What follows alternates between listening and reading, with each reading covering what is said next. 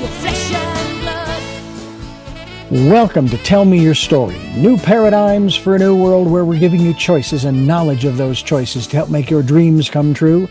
We are here 9 times a week, Sundays at 7 a.m. and 7 p.m., Monday mornings at 1 a.m., Wednesdays at 9 a.m., and Monday through Friday from 8 to 9 a.m., streaming live at all those times at richarddugan.com. We are on SoundCloud, iTunes, TuneIn Radio, Spotify, Stitcher, Player FM, as well as YouTube, where you can watch these conversations.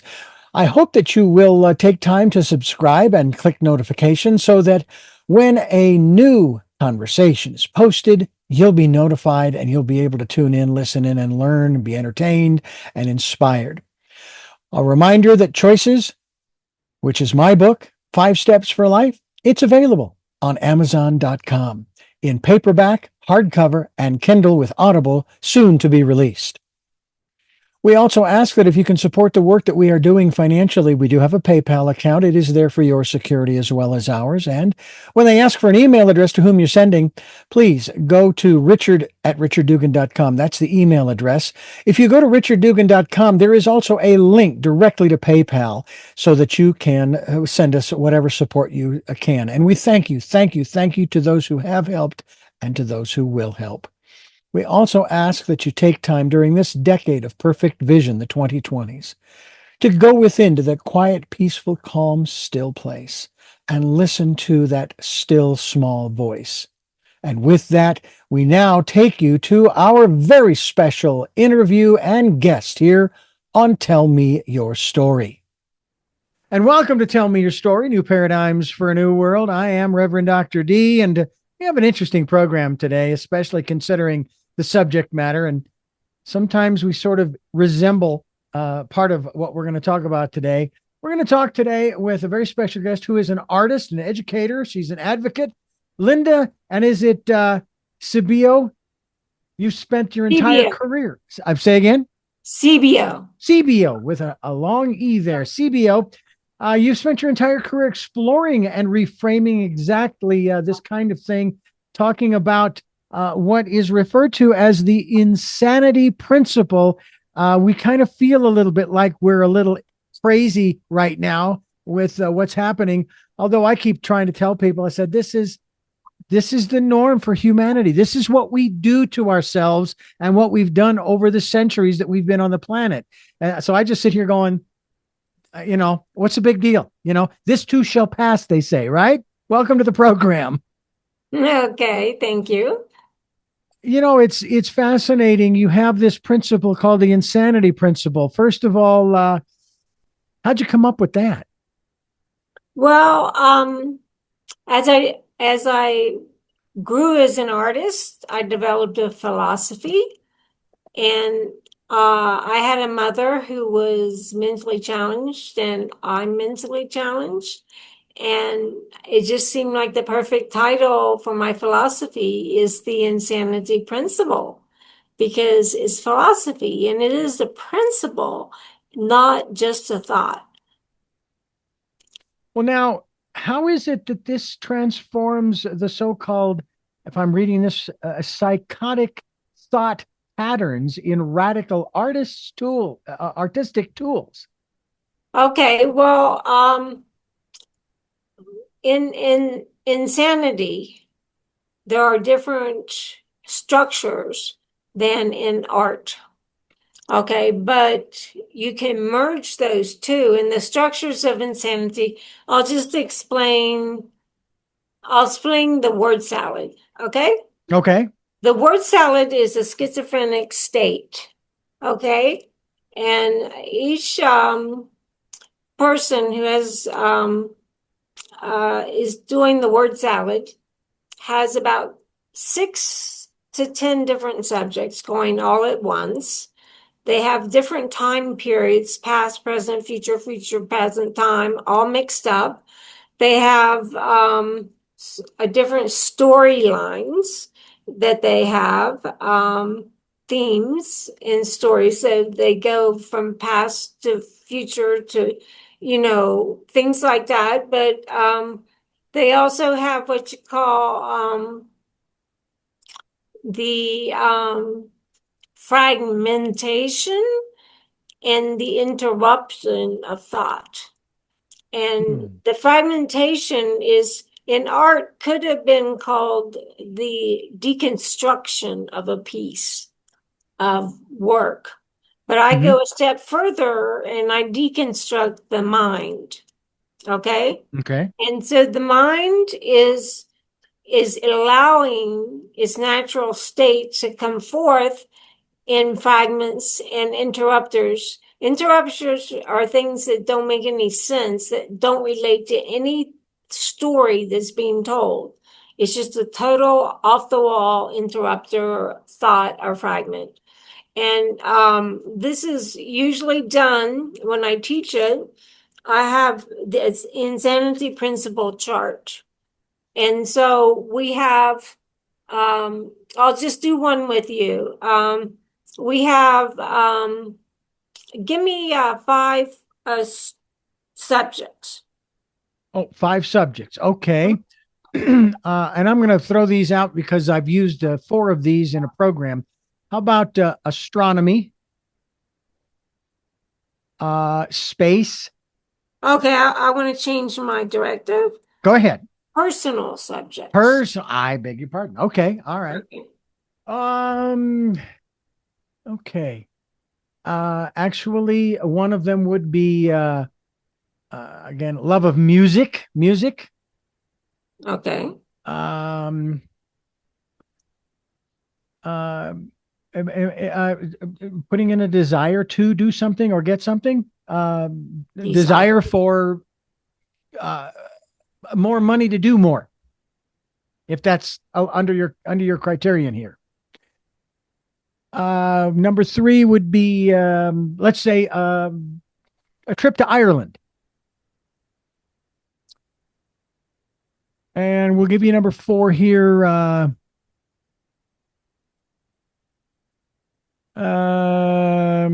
All right, we'll go with repair our back deck / porch. We're not doing a to-do list here. It's just those are some things that, you know. Okay, that's good. All right. Okay, so whenever you use these words, I want you to next put the 4 things into a sentence. Music, for instance, something with music in it. Put it into a sentence. Right. Music makes me feel more calm and at peace.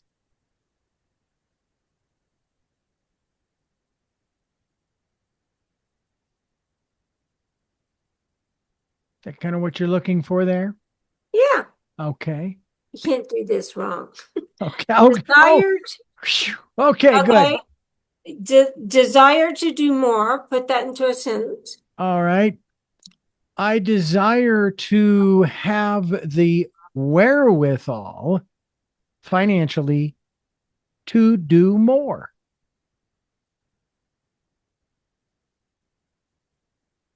This is interesting. Okay, we'll do one more. What's the most important one?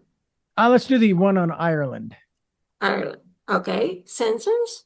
Sentence would be my wife and I want to live in Ireland.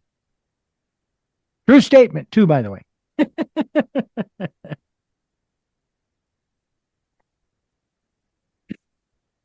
Okay, now I want you to take one of these feelings Okay. and say the sentence, which I have written down.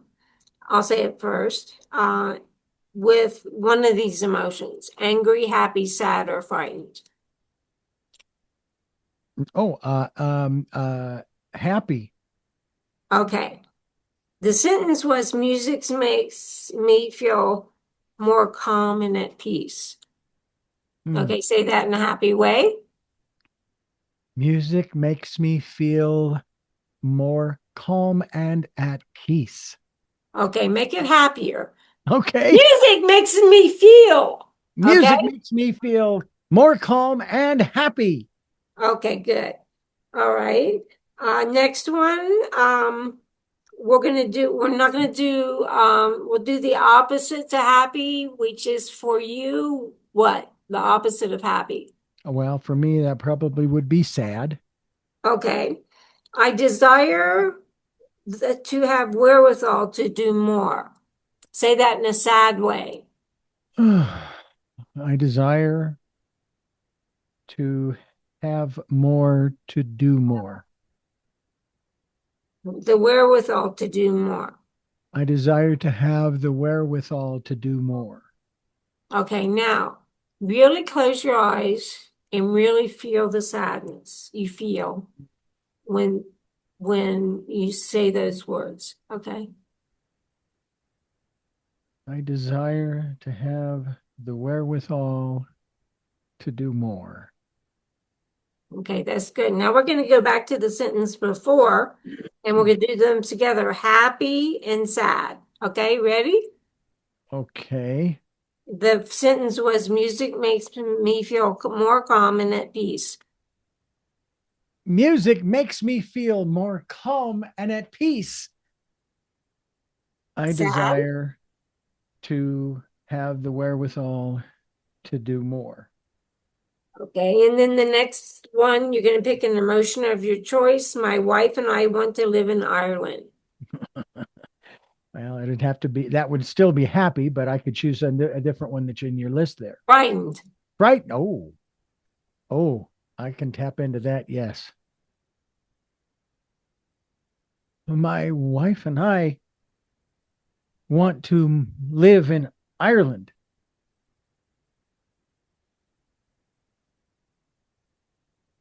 Frightened. You have to have some fear in it. Okay. Well, I am remembering the first time we went there, and I was homesick the night we flew in, and I said we got to go home. I was scared because I didn't know we were on our own journey there, so that's what Right. I'm kind of tapping into. Yeah. Okay. Was Okay. was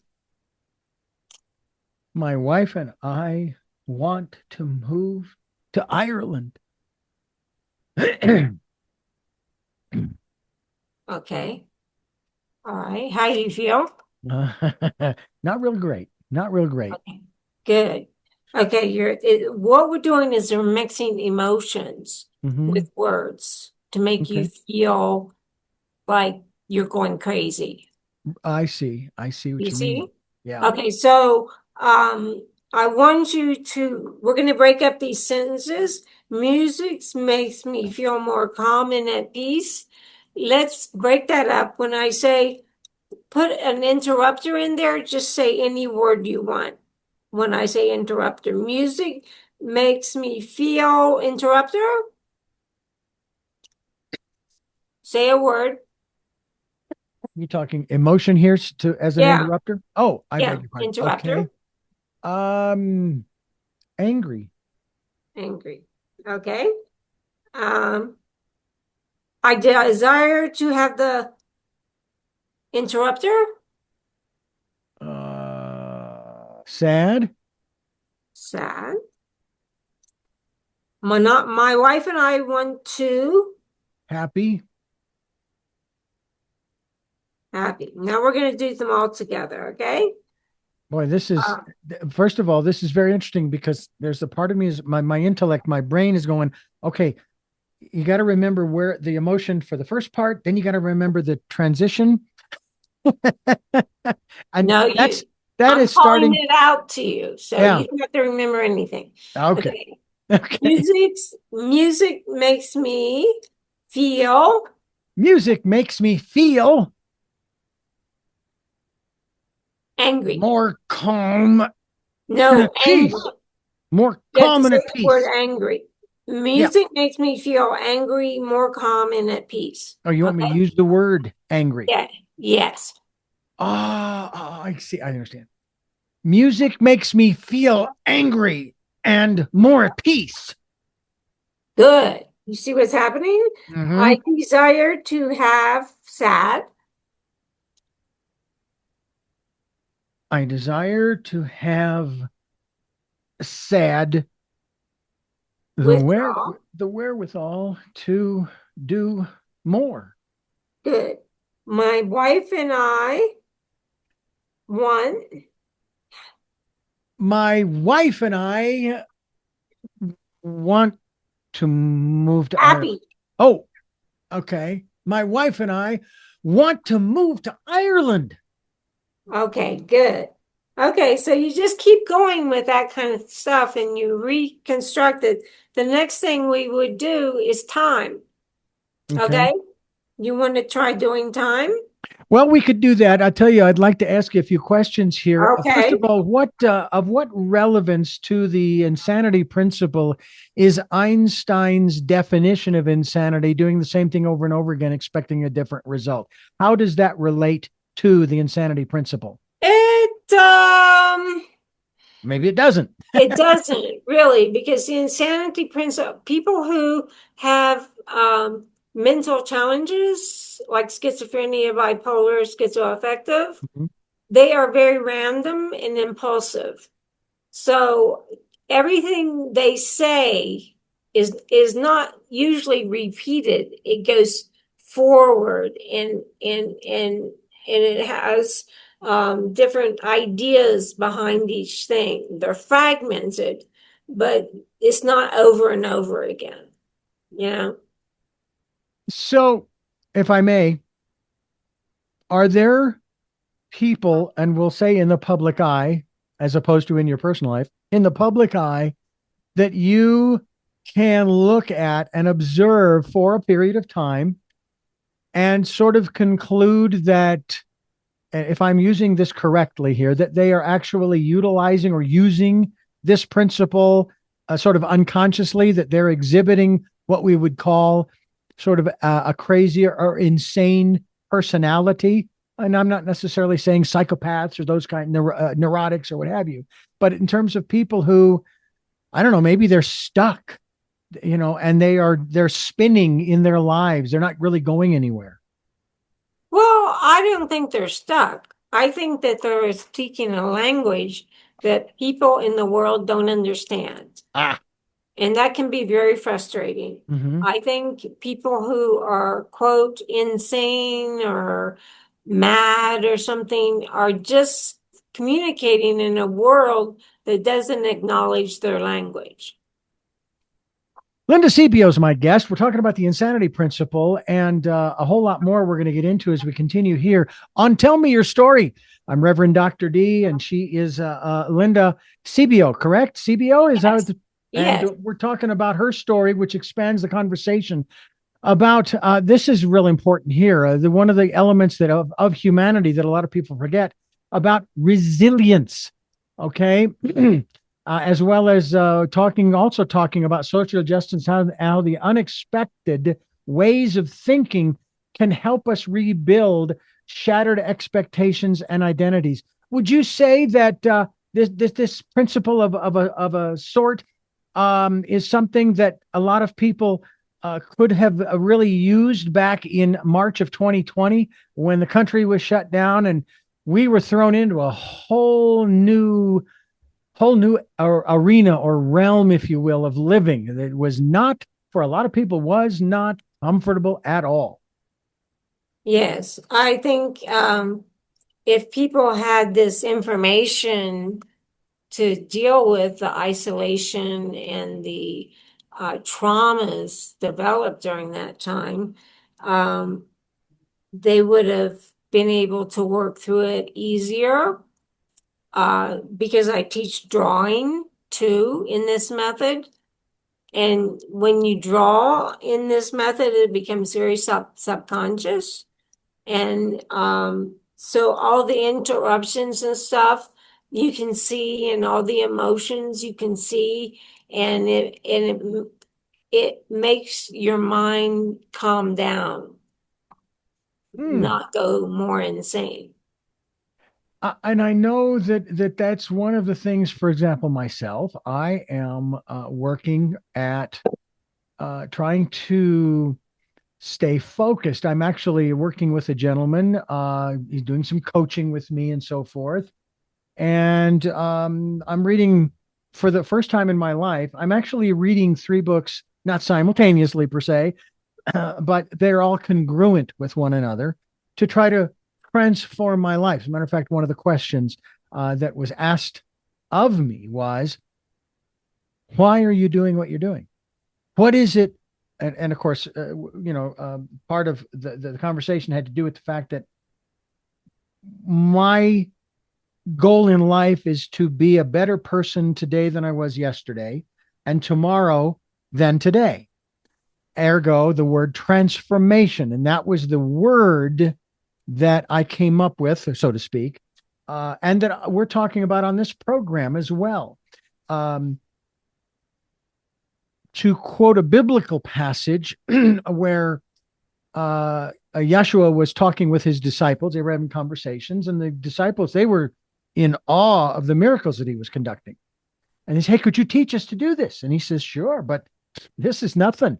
You guys are going to do greater works than this. Now, Linda, the greater works, in my observation, the greater works is the transforming of our lives. Mm-hmm. And it's not a competitive thing. It can actually be this is cooperative. What you are taking me through and what we're chatting about here, this is a cooperative to try to help other people to transform their lives as well. Are you finding that that is a truism, that's really what we are about? That's part of the reason why we're here on this planet, is to learn the spiritual being having a human experience. That human experience is transforming so that we go back to, as one of my guests said, not to remember who we are, but who we always have been. Yeah, I think we have things inside of us that we always identify with that are very deep, but you have to do some work to get at them. Mm-hmm. You have to go into your nonlinear mind Right. and um and get at the spiritual things. It's very deep. You can do that by making really low sounds, like or you can do that by uh, just making a low sound and rocking. It makes you feel, it falls down into your subconscious. You can do that by making a line that is emotional. So an angry line, a happy line, a Mm-hmm. sad line, a um, um, angry, happy, sad, a frightened line. And then you can combine those things, and that makes you drop into your subconscious. Hmm. That's Interesting. the cracked eggs. I teach that too, the Yeah, cracked well, eggs. I want to, yeah, I definitely want to continue talking about that as well. We're going to give people a website that they can go to. Now, I have a couple here, but I want to make sure that we send people to the right one so that they can find out more about what you are all about, what you are doing. And so I have one here. Now, there is a website called Sibio.com, Sibio, Yeah, Sibio.com. that's my paintings and drawings. Okay. Now, what about the one? I love this, berserkpro.org. That's my business called Bezerk Productions. Okay. And then you also have your production, your Berserk Productions is celebrating 5 years of, you just mentioned it, cracked eggs in grief and growth. Can we talk a little bit about that? Yeah, yeah. I got a grant back in 2021 from the Mental Health Services Act to kind of collaborate with the County of San Bernardino Department of Behavioral Health. Mm-hmm. And we worked with the Innovation Division. And I was given the challenge to write a workshop that would be good for the TAY centers, transitional age youth centers, and the clubhouses in San Bernardino, which I did. It took 5 years to do it, but I am halfway through a book called Train the Trainer. And these people who study the lessons in my class can also learn how to teach them to their classmates. Hmm. And that way it's an evergreen, it goes on and on forever. If one person learns it, they can teach it to their friends, so it cuts out, well, I don't want to cut out psychologists, but it makes it so that people can help themselves mentally. Right. Yeah. Right. Mhm. What is it about this that intrigues you so? What was the catalyst that sent you in this particular direction? Well, I moved to LA from New York City, and I came with a lot of mental health problems. And I studied with a teacher called Eric Morris, who teaches how to deal with raw emotions. And I took his class for 2 years. And the first job after that 2 years that I had was working for a lady by the name of Rachel Rosenthal, who's an interdisciplinary artist. And then simultaneously, I helped start the Los Angeles Poverty Department, which was a group of homeless and mentally challenged people who uh, I taught to write plays and to perform. And after I kind of had a falling out with the main guy, and I went on, and I found that the mentally challenged people were so interesting. They just made me feel like, oh wow, this is amazing. And they were into all the assignments much more than people who didn't have that challenge. They were deep into it. This one guy, he did a monologue. We did monologues of famous people, and he did Richard Burton. And he did this crazy monologue that just went in circles and up and down and everything. And I wrote it all down. And I had a conversation with the head of that group. I had a conversation with him, and I said, I think he knew what he was saying. Hmm. And he goes, no, he didn't. It's not art unless it's conscious, unless you consciously are making art. And I said, I think he was. I think he knows what he was saying. So Hmm. the argument went on for a while, and the guy came back to class, and he did the same monologue word for word because I had it written down. Hmm. It was abstracted and it was beautiful. Hmm. And after that, I was sold on mentally challenged people being geniuses. And so, it's just that no one could understand what they're saying. Yeah. Because So, they're speaking a different language of sorts. yes, it is a different language. I want to recommend a book to you called Anti-Oedipus. Oh, okay. Let me jot Okay. that down. Go ahead. By Yeah. Deleuze and Gautier. Hmm. It started me on this whole thing about mentally challenged people and how the whole world is schizophrenic. Okay, and it's Hmm. going more and more towards a schizophrenic state, the world, because you have phones with images on them. You have surveillance images. You're always being watched. You have um, things that make you crazy because you don't have any privacy anymore.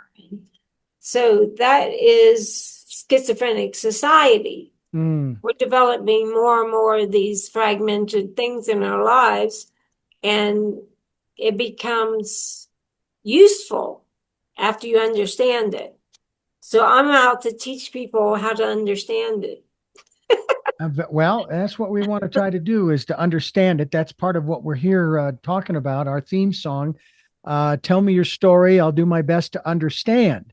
Because we're just flesh and blood. Those are the actual lyrics of the song that we use on this program. And that's the whole aspect of this, is understanding. We're talking with Linda Sibio, and I want to confirm with you the website we want to send people to, the .com or the .org? .com. .com. So Linda Sibio, that's LindaSibio.com, as we continue here on Tell Me Your Story. New paradigms for a new world, giving you choices and knowledge of those choices. Linda Sibio is my guest, and once again, lindasibio.com. I have observed, and this is just an observation on my part, that those who have, for example, and again, these are not mental illnesses by any stretch, Down syndrome or autism, or what is called on the spectrum, Right. they are the normal ones. They're the normal ones. And I say that because they're in the now. They're in this moment. They're not in the past or future. So I have to wonder if someone who is dealing with mental health issues, okay, not illness, but issues, like you used the term, you said schizophrenia, their minds, and again, this is unclinical, it's just an observation, intuitive maybe, their minds have decided that the world out there isn't real safe. I can't connect, so I'm going to split, or whatever our name for whatever the condition is, their minds have decided to go there because it's safer for them, or they feel that it is. The mind feels that it would be safer for us to do this in the mind and to the mind than to continue to try to deal with the world at large. I think you're in the right ballpark on that. Yeah, I think that people who have different visions and hallucinations and delusions and have dismemberment as part of their vocabulary are looked upon as crazy when they're just different. These images are subconscious images coming up, and they don't necessarily have to be what do you call analyzed. You can make art out of them. You can make art from these images, and it helps the person just as much as being psychoanalyzed or more, because they understand who they are. And that's interesting that you bring that up. That learning about self. I mean, to know thyself is an axiom, if you will. It's one of my axioms, if you will. That the more I know about me, then the more I actually do know about others, because we're all basically made up of the same, not just the same physical stuff, but the same mental and emotional stuff. It's like we all have the same emotions. They're just at different intensities based upon, like what we were talking about earlier at the front end of the program. I wasn't as deeply into the fear or the sadness or even the happiness and so forth as I might be if it was a real event that was happening out there, like somebody gave me a brand new car of my desire, or crashed into the car that's parked in our driveway. Okay, two different emotions there. What about that concept in terms of folks who are challenged by their own mental health? And I don't know if they know that they are, and I'm going to use your term, that they are different. What they do know is that they don't feel the same way they did maybe a week ago, a month ago, a year ago, because of certain events that, again, the mind has said, I'm going somewhere else. a little bit like Jim Natowski in Taxi. Okay, Alex, He was a little out there, although he probably would attribute most of his issues to the drugs that he took years earlier, or he was still taking. But is that a fair assessment or understanding or observation in that regard to the importance of wanting to know thyself, to know who we are really? Yeah, that's what I teach through art in mental challenges, is I teach that these things that come up in delusions and hallucinations and sound, hearing voices and everything, Mm-hmm. they are just a part of the brain that wants to be heard. And you don't have to be totally devastated by them. You can draw them out. You can sing them. You can use your voice. You can do movement. You can, write about them. You know, Yeah. I think most people who are psychologists or psychiatrists think that they're scary. Well, I've had those things my whole life, so I don't think they're scary. You know, Mm.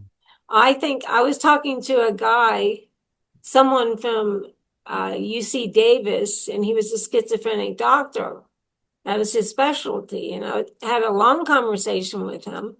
And he says, "Oh, schizophrenia is just the most horrible thing you could ever ask for. It's like, you know, those people are suffering and they're this and that." And Mm-hmm. I said, "Well, do you ever think about any positive things about schizophrenia?" Because there's nothing positive. Oh, I can think of one. And I said, "I'm schizophrenic, and you've been talking to me for about an hour." And he went totally silent. And it was just like, um, they want to believe, and I believe that many schizophrenics, um, it's hard for them to understand themselves in a society where people are all saying there's something wrong with you.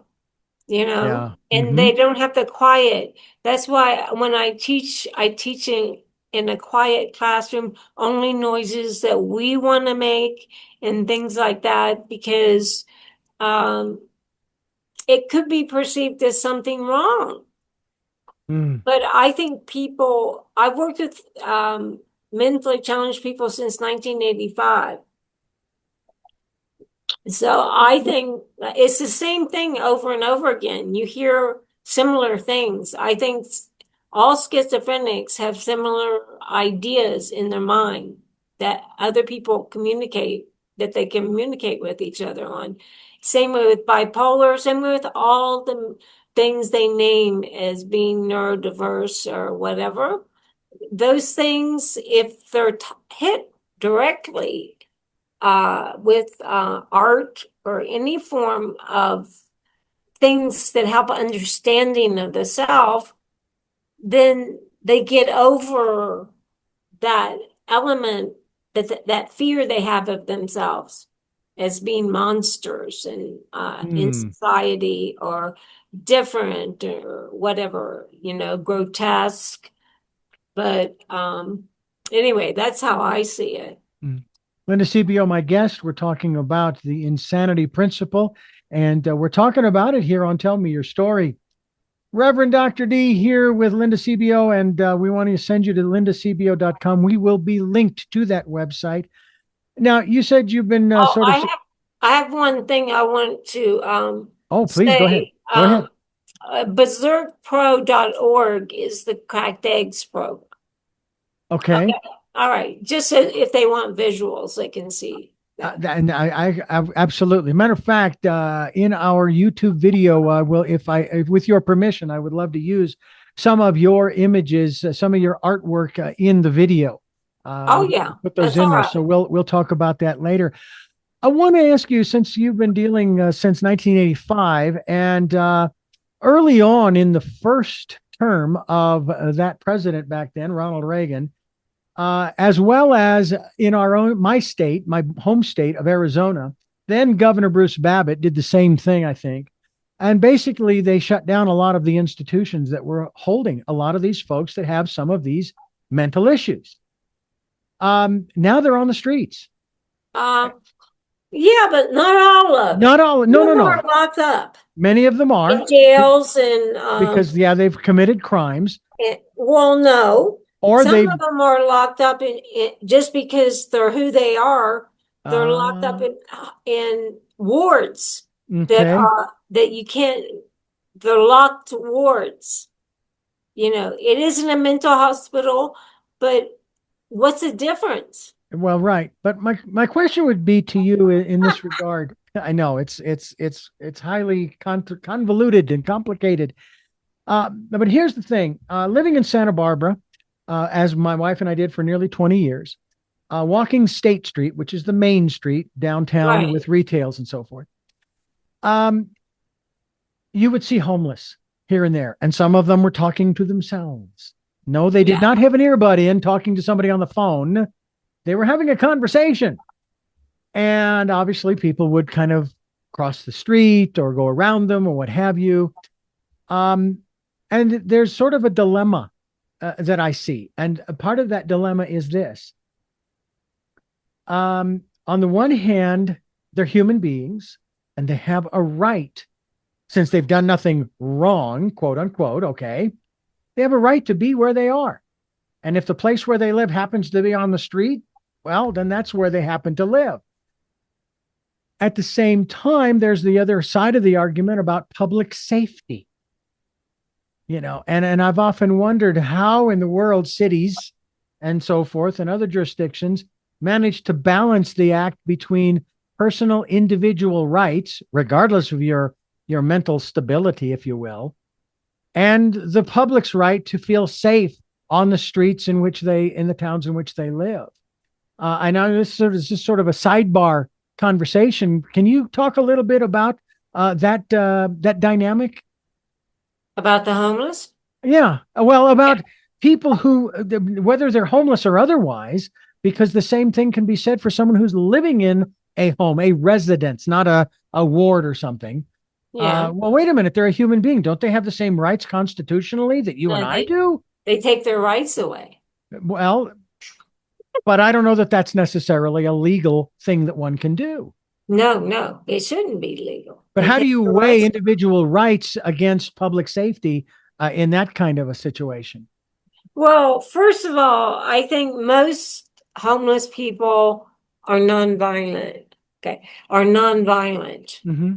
Okay, they're there because they lost their job or they couldn't function anymore and things like that. But since 1985, I have met two dangerous people who are homeless, you know? Mm-hmm. And second of all, it's true that it's sad that the people are living on the streets, but I know Gavin Newsom has put a lot of money into finding people homes. Mm-hmm. But the only problem I have with that is he doesn't, with the homes, he doesn't provide services. And a lot of the people who live on the streets, they don't know how to cook. They don't know how to clean things. They're dysfunctional and they need some kind of services to go along with their nice little apartment to help them function because homelessness is in fact a mental challenge. Oh, yeah. Yeah. Yeah. I mean, I've often said that you pay no matter where you live, whether you rent, you pay. If you own, you pay.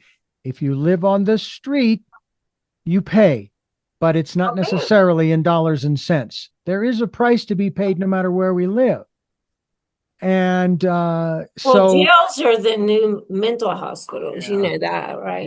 Yeah. Well, we had a guy in Arizona, in Phoenix, who loved to incarcerate people in tents in the summertime.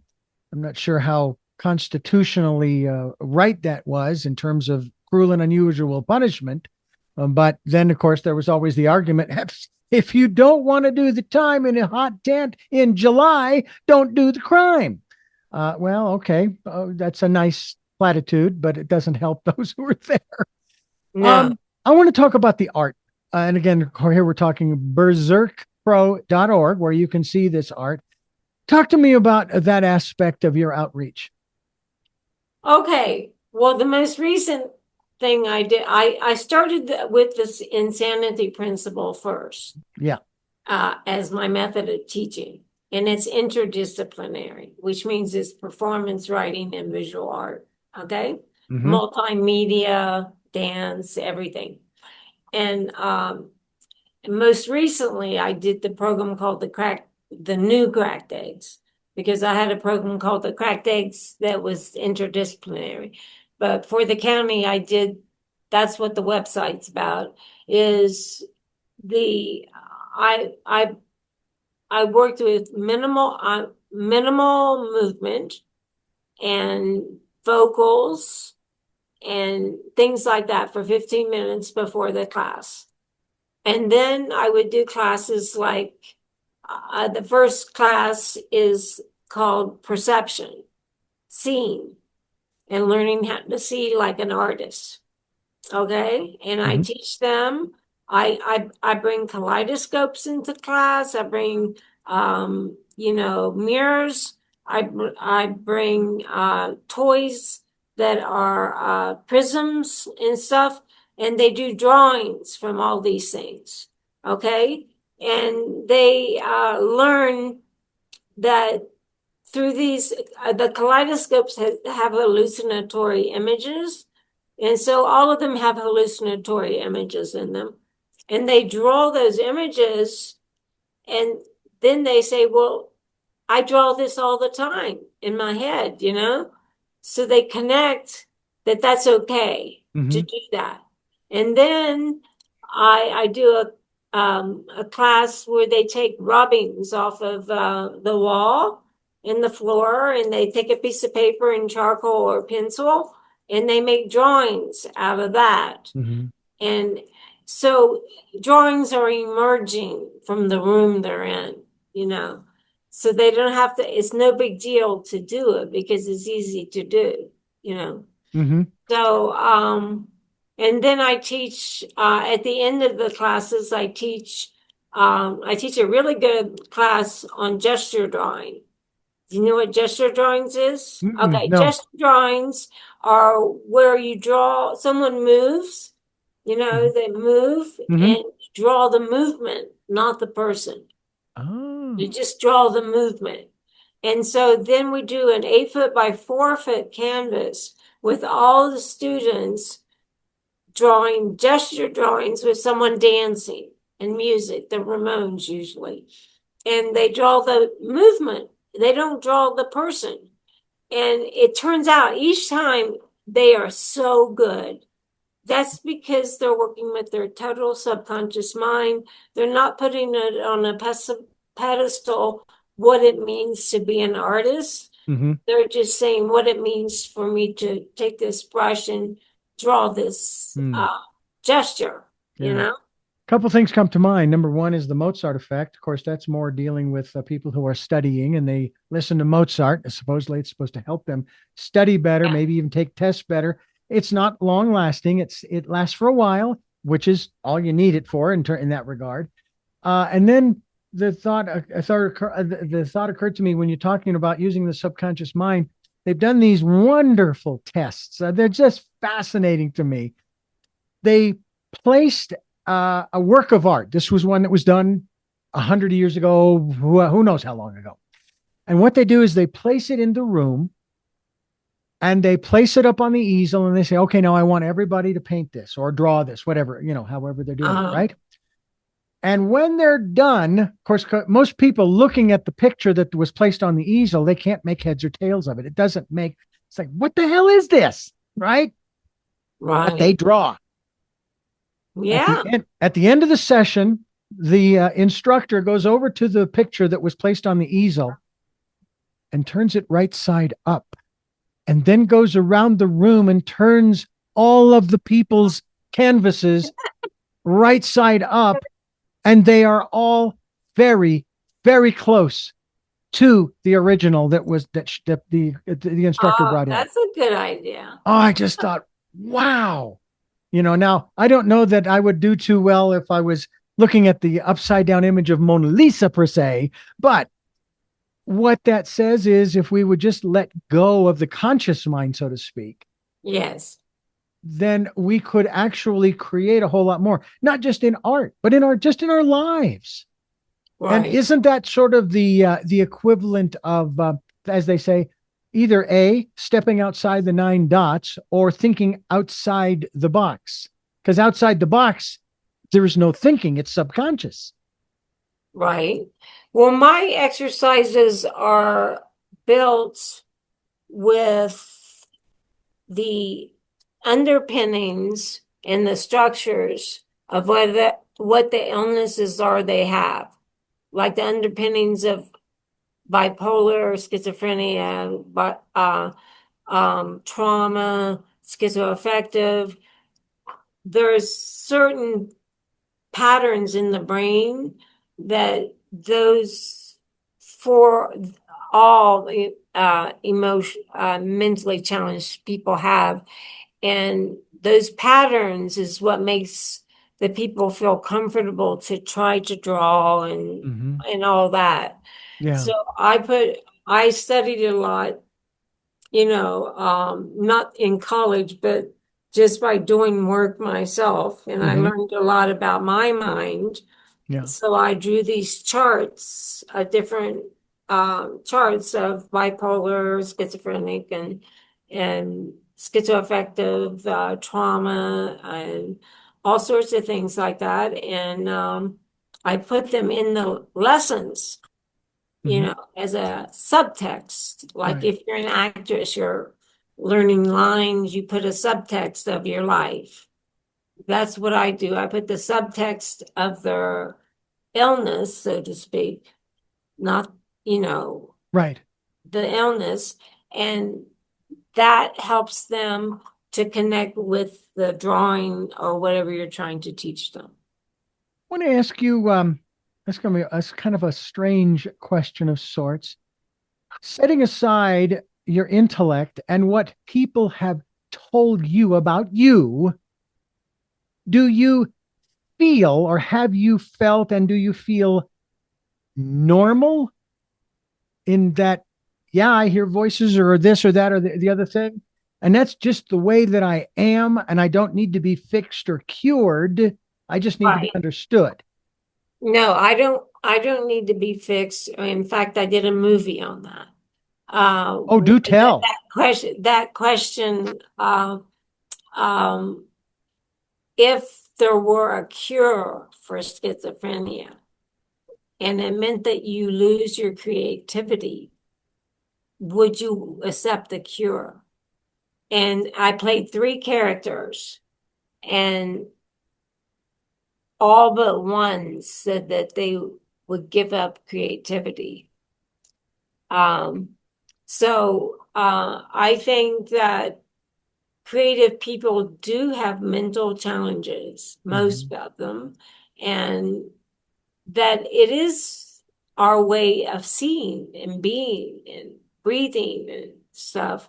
So I don't know if I answered the questions, but I I feel very much like I'm different Yeah. than most people, but it's okay. Yeah. You know, Our I mean, society. I started out by wearing offbeat clothes, you know, and people would comment on my clothes in a positive way. Mm-hmm. So I started putting the same type of thing into my art, something unusual or different.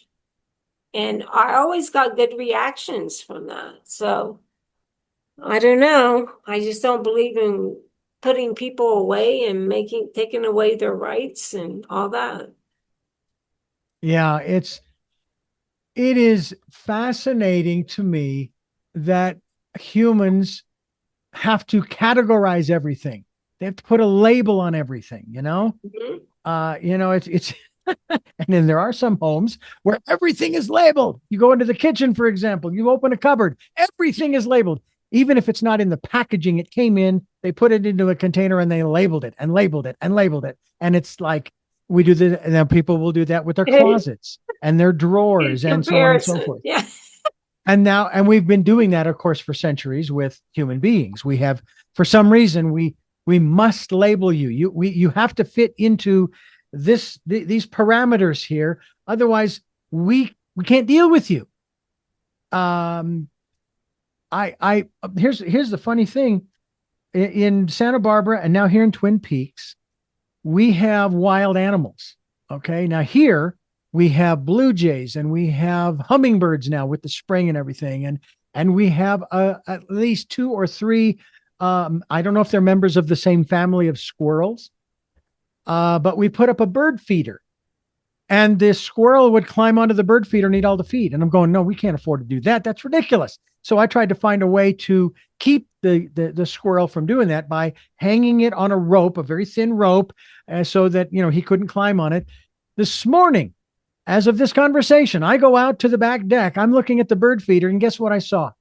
What? Hanging from the rope by its hind claws or feet, fingers, whatever, was the squirrel with his head in the dish, the tray that holds the bird seed.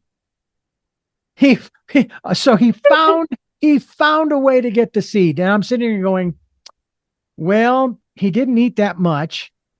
And I don't think that if I was to slide the bird feeder further down the line, that's really going to matter, because their brains are working to try to solve the problem of how to get to that food. That's Right. how they're wired. Yeah. Well, Exactly. we need to connect with the wiring within us in terms of our creativity, because that's how everything that exists right now was created, by Right. creativity. Matter of fact, a good friend of mine who I went through some programs with back in the 90s with my first wife, he said that there is nothing that has been created by man that wasn't created using, and please understand the term here, using sexual energy. Yes, it's used for sex too, but that's where the creative muse Oh, comes from, yeah. that energy. Your spine. Yeah, the kundalini, if you wish to, if Yes. used that way. Uh-huh. Yeah. And And the and groin. he even did a real an audio tape, but I'm going to eventually transfer to the computer and make available. He even did a whole, I think it was like an hour on this subject, that he came into my studio and recorded it. Oh, it was a lot of fun and very educational. But that's something we need to. And I want to ask you here before we wrap things up about how you differentiate the voice. And am I correct? You say you hear voices. Yes, I How do. do you differentiate between the voices and your inner voice or intuition, that, if you will, the divine guidance that we all have? Well, sometimes the voices are kind of commands, you Mm-hmm. know, things like that. And um I think that when they're like that, they're not spiritual, Okay. you know. And but sometimes the voices are just sounds and weird things, and I think that's part spiritual. Mm. So I've learned to like um I tell my students, if you're hallucinating or hearing things, look around you and see if the people around you are hearing or seeing the same thing. Mm. And if they're not, it's probably just your mind having that experience. Yeah. Because that's very important in mentally challenged people to know how to socialize. You Mm. know what I mean? Yes, I do. Uh, I know at this point in my life, I'm 73, I know what is a constructive voice and a non-constructive voice. Mm-hmm. And I used to paint. I still try to paint 15 hours at sessions, and I would hear a lot of things in my head and stuff, but I just put it into what I was drawing. Mm-hmm. I would draw the voices, and I'm a performance artist too, so Mm. Well, I could do that. Yeah. this is just as fascinating for me. And of course, your comment earlier. At first, I thought, "Oh, really? Creative people have mental issues?" Well, the bottom line is, who doesn't? Creative Wow. or otherwise in No, this there's a world. difference. I know, There's a I know. difference between people who have serious Yeah. mental challenges and people who don't. Yeah. What do you think also, another quick question here about the treatments that they've come up with or I'll say the studies where they're using psychedelics or hallucinogenic drugs that used to be illegal, but they're now using it in maybe microdoses, those kinds of things to help people. Is that the way of I trying to fix personally it? don't believe in that. That's I trying to personally fix them, isn't it? Well, yeah, they're trying. I don't know what they're trying to do, but I don't believe in using a drug that's designed for meditation and things like that Mm-hmm. as a drug to help schizophrenia, bipolar, or schizoaffective. Mm-hmm. I don't believe in that cross-referencing kind of thing. But there is a group called One Mind, and they One Mind. Mm-hmm. And they have people study symptoms and they pinpoint medication that will just deal with that symptom. And there's no side effects or anything. That's what they're doing as their contribution. And I believe in that, but I don't Mm. believe in all these drugs. Yeah. This is general use for Alzheimer's, but we find that works really good on people who have are schizophrenic too. Yeah. I hear you. That I hear you. don't give Yeah. me one of those drugs. I took one of those drugs recently, and it caused me to lose a lot of weight, and Mm, I couldn't think. I mm. couldn't do anything. I just think that they're out of hand with medications. Oh, I couldn't agree with you more. We're talking with Linda Sibio, lindasibio.com, as well as berserkpro.org. And if you go to YouTube, you're gonna see something very fascinating, along with the conversation that we're gonna have with Linda here on Tell Me Your Story. Well, it's usually the case where there's never enough time. There's a jillion of other questions. By the way, just so you know, the universe asks the questions. I'm just along for the ride. Okay. Okay. However, I was given an inquisitive mind. I'm curious about a lot of things. When I was working for a Christian radio station back in the 80s and early 90s, talk about mental issues. I was asking questions, and the answers that I was getting in my mind made no sense. It didn't make any logical sense. Oh, just go read the founding fathers of the faith. Well, wait a minute. First of all, who set them up as the founding fathers? Number one. And number two, I've never heard of most of these guys. So does that put me at the same elevation as them? Not to be boastful. Okay, bear in mind. But it was a fascinating, for me, fascinating study. I mean, in addition to broadcasting, I learned about sociology, psychology, comparative religions, sometimes the different forms of economics, healthcare and wellness and alternative forms of health. And my boss and I, my current boss and I, we actually sat down, and over the 47 years that I've been doing this and interviewing people and producing programs for the various stations that I worked for, we came to the conclusion that as of now, probably I have produced, in addition to my program, probably between 70 and 80,000 programs. Now, should I not get a PhD for eclectic studies or what? Yeah, you might. It has been a hell of a ride, and I have loved it.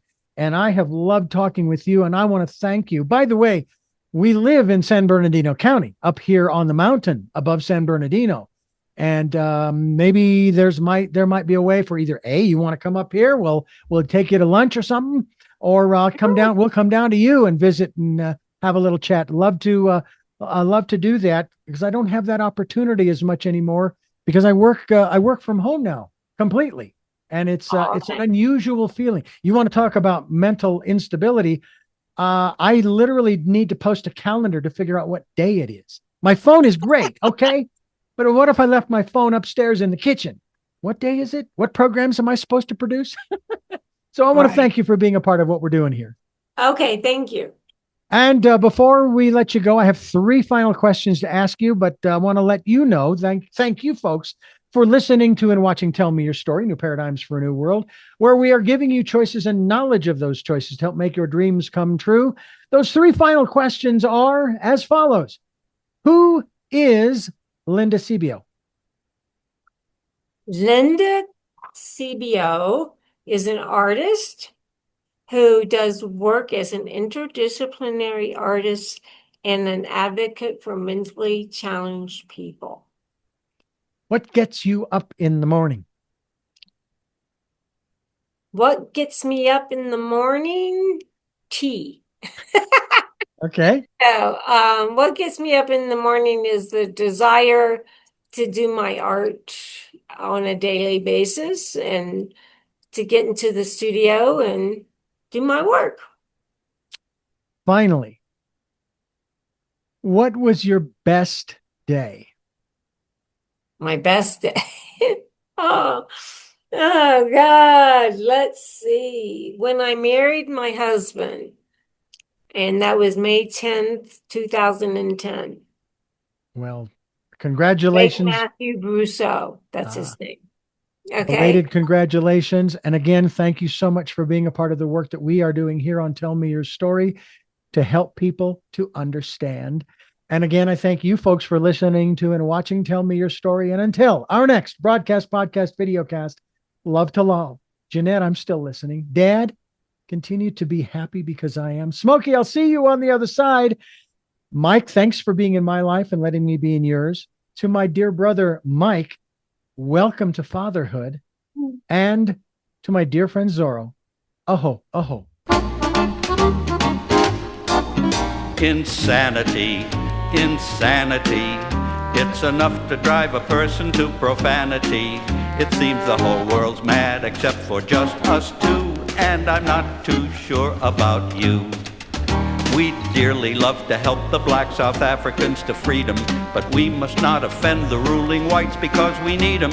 They've got strategic metals that we hunger for, and so the blacks will have to wait a little while more.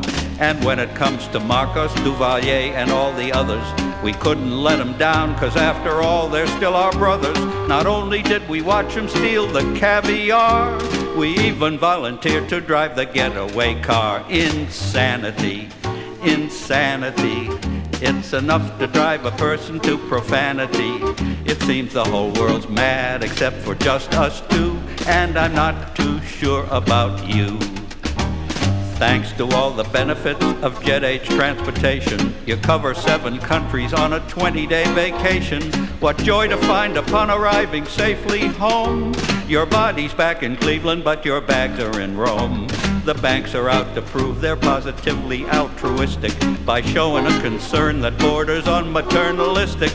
Those mothers charge an interest rate that helps them thrive on 19.5% while paying us 5%. Insanity, insanity. It's enough to drive a person to profanity. It seems the whole world's mad except for just us two, and I'm not too sure about you. For 60 years in Nicaragua, tyranny's been brewing, and we've been there abetting like we know what we are doing. In keeping with our policy of seeing red, we won't be satisfied down there till everyone's dead. And if the Contra's cause is not sufficiently confusing, we buy 'em Russian rifles like the other side is using. So just in case they overrun the enemy, The guns are interchangeable, the ammo is free.